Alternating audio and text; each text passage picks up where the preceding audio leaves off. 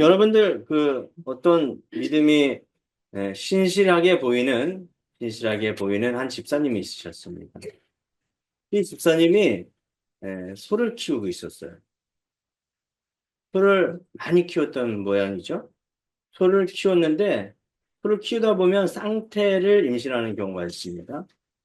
그래서 소가 새끼를 낳는데 두 마리를 낳았어요. 쌍태를 낳았죠.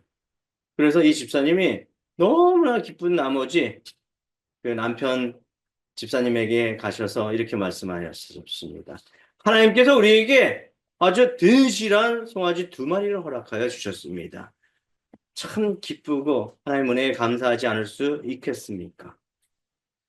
지금도 그렇지만 송아지 값이 좀 괜찮을 때는 250만 원, 300만 원까지 가요. 그러면은 지금 물가가 많이 올랐지만 그럼에도 불구하고 표값이 그렇게 예, 나쁘진 않아요. 자, 한 번에 500만 원이 들어왔습니다. 기쁘지 않을까요? 그죠? 그래서 남편도 여보, 참 기쁜 일 아니겠습니까? 이렇게 하나님께서 우리를 사랑하셔서 두 마리의 소를 허락하여 주셨습니다. 그러면서 서로 하나님 앞에 기뻐 예물을 감사하면서 드렸어요. 그런데요, 시간이 지나고 그 두 마리의 소를 잘 키웠습니다. 든실하게 키우는 가운데 한 마리가 죽었어요. 이런 일 있을 수 있잖아요. 그죠? 너무나 안타까워. 너무나 안타까워서 이를 어찌합니까? 또 그 집사님이 남편에게 다가가서 이렇게 말씀하시는 거예요. 하나님께서 두 마리를 허락하여 주셨습니다. 그리고요, 그가 이전에 둘이 기도하면서 이 한 마리 하나님께 드립시다. 이렇게 말씀하셨어요. 근데 이 집사님이 가서 하시는 말씀이 여보, 우리가 하나님께 드리려고 마음 먹었던 그 송아지, 소가 죽었어요. 얼마나 안타까운 일이에요. 하지만 다행스러운 것은 그래도 한 마리가 남아 있습니다. 자, 믿음이 좋은 듯 보이는 이 집사님, 뭐가 잘못되었을까요? 하나님께서 두 마리의 송아지를 주셨습니다. 하나님께 한 마리의 송아지를 드리려는 그 마음, 참 기쁜 일이고 좋은 마음이죠. 그죠? 그런데 그 한 마리의 송아지, 하필이면 왜 죽은 송아지가 하나님께 드려야 할 제물입니까? 그죠? 그럼에도 불구하고 또 한 마리가 살아있죠.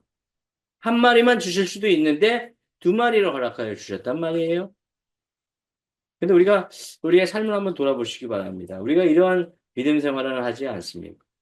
믿음이 좋은 듯 보이는 이 집사님의 말씀처럼 그렇게 신앙생활을 하고 있지는 않은지 우리 자신을 한번 돌아보시기 바랍니다. 오늘은 오병이어의 기적입니다. 자, 오병. 한문으로 이제 이게 그 성경이 기록되었기 때문에 참 어려울 수 있지만 한문을 좀 알고 있는 분들은 더 알아듣기 쉬우실 거예요. 다섯 병, 뭡니까? 떡이죠, 떡병. 다섯 개의 떡, 그리고 두 마리의 물고기, 이어. 고기 어자를 써서. 오병이어인데 기적을 일으켰다는 것이죠. 다섯 개의 떡덩이와 두 마리의 물고기를 통해서 기적을 일으켜 주셨다는 그런 내용입니다. 자, 오늘 본문은 예수님께서 12제자를 파송합니다. 그리고 각 갈릴리 지역에 가서 기적과 이적을 행하게 하십니다. 그래서 손을 얹고 축사를 하게 되면 병든 자가 병을 고침받고 귀신 들린 자가 귀신이 떠나는 역사가 있었습니다. 그래서 제자들에게 안수하여 제자들을 파송시킨 거죠. 그리고 제자들이 이제 파송되었던 제자들이 다시 예수님 품으로 돌아옵니다. 그리고 나서 예수님께서 오늘 오병이어의 기적을 행하십니다. 오병이어의 기적은요, 사복음서에 다 기록되어 있어요. 성경 보시면 오병이어의 기적 해놓고 마가복음 14장 13절 이하, 마태복음 14장 13절 이하, 마가복음 6장 30절 이하, 요한복음 6장 1절 이하. 똑같이 기록되어 있는데 내용이 약간씩 달리고 또 약간씩 추가된 부분이 있어요. 이 본문에는 어린 아이가 나오지 않지만 다른 복음서에는 또 어린 아이가 오병이어의 떡을 가지고 있는 것을 이렇게 보여지고 있고 기록되어 있습니다. 근데 오늘 본문은 누가복음이에요. 누가복음은 의사입니다. 의사는 특별히 좀 세밀하게 기록합니다. 오병이. 예수님께서는 생명의 떡을 오셨죠. 그죠? 우리에게 생명을 허락하여 주시고 떡을 허락하여 주셨습니다. 그러면서 생명을 다루는 그러한 일을 하는 누가 의사를 통해서 이 내용을 기록하였습니다. 그리고 얼마나 굶주려 있는지 그 상태를 잘 묘사하고 있죠. 그죠? 의사에게는 이 생명을 가진 사람이 잘 먹고 그리고 건강하게 잘 크고 그리고 잘 성장되어지는 것을 다루는 그런 직업이에요. 그죠? 자, 그런데 갈릴리 지역에 그동안 행하였던 기적 가운데 가장 영향력이었던 크고 많은 사람들에게 드러났던 그런 능력이 오늘 본문에서 행하여 줍니다. 자, 10절입니다. 사조들이 돌아와 자기들이 행한 모든 것을 예수께 여쭈니 데리시고 따로 베세다라는 곳을 떠나가셨으나 자, 사도들이 돌아왔습니다. 그들의 사역을 마치고 예수님께 돌아왔습니다. 그리고 나서 예수님께 여쭙니다. 그리고 제자들을 데리고 따로 베세다라는 곳을 떠나서 데리고 갑니다. 어디로 갈까요? 자, 11절. 무리가 알고 따라왔거늘 예수께서 그들을 영접하사 하느님 나라의 일을 이야기하시며 병을 고칠 자들을 고치시더라. 자, 이거 내용은 산상수훈의 일부분인 것 같아요. 예수님께서 제자들을 데리시고 산상수훈, 산에 오르셔서 하나님의 말씀을 전하죠. 마태복음 5장, 6장, 7장. 그 말씀 내용인 것 같아요. 하나님의 나라. 하나님 나라는 어떠한 곳인가? 라고 기록되어 있죠. 그리고 팔복에 대해서 이야기하고 있습니다. 그 내용에 대해서 설교를 마치시고 난 다음에 오늘 오병이어의 기적을 일으키셨습니다. 그런데 왜 예수님은 오병이어의 기적을 행하셨을까요? 왜? 왜 이 시점에 오병이어의 기적을 행하셨을까요? 예수님은 이제 예루살렘에 입성하십니다. 유월절이 가까워 왔어요.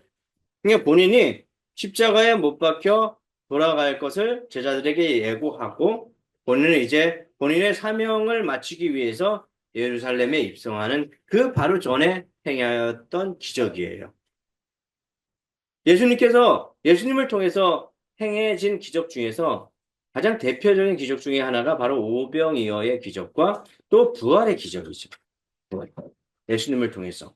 이 두 가지 기적은 아주 많은 사람들에게 나타나는 큰 기적입니다. 기적 중에 기적이죠.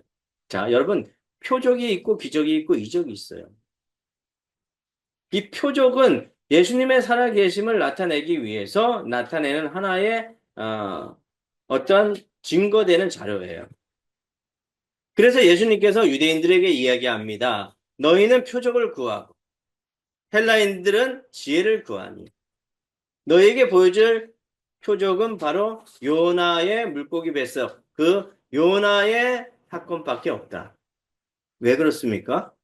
요나가 뱃속에 들어가서 3일 만에 다시 살아났잖아요. 누가 보기에도 죽었다라고 얘기할 수 있는 의학적으로 물고기 뱃속에 들어가면 죽은 그런 목숨이에요. 그래서 3일, 사흘 만에 다시 태어났다. 이것은 무엇을 의미합니까? 예수님께서 십자가 부활 사건, 죽으시고 사흘 만에 다시 살아났다. 그 내용, 그 말씀을 유대인들에게 표적이라고 말씀하시면서 그 표적밖에 이야기할 것이 없다. 너희는 이 표적을 믿고 나를 따르겠느냐? 이 믿음이 없는 자들아. 라고 유대인들에게 질책하였습니다. 독사의 자식들이죠. 아무리 하나님의 말씀을 전해도 그 말씀을 레마의 말씀으로 받아들이지 않는다는 것이죠. 자, 오병이어의 기적. 바로 왜 이 기적을 행하셨을까요? 첫 번째, 회개하고 구원받게 하시려고 이 오병이어의 기적을 행하셨습니다. 따라해 보시기 바랍니다. 회개하고 구원받기 위해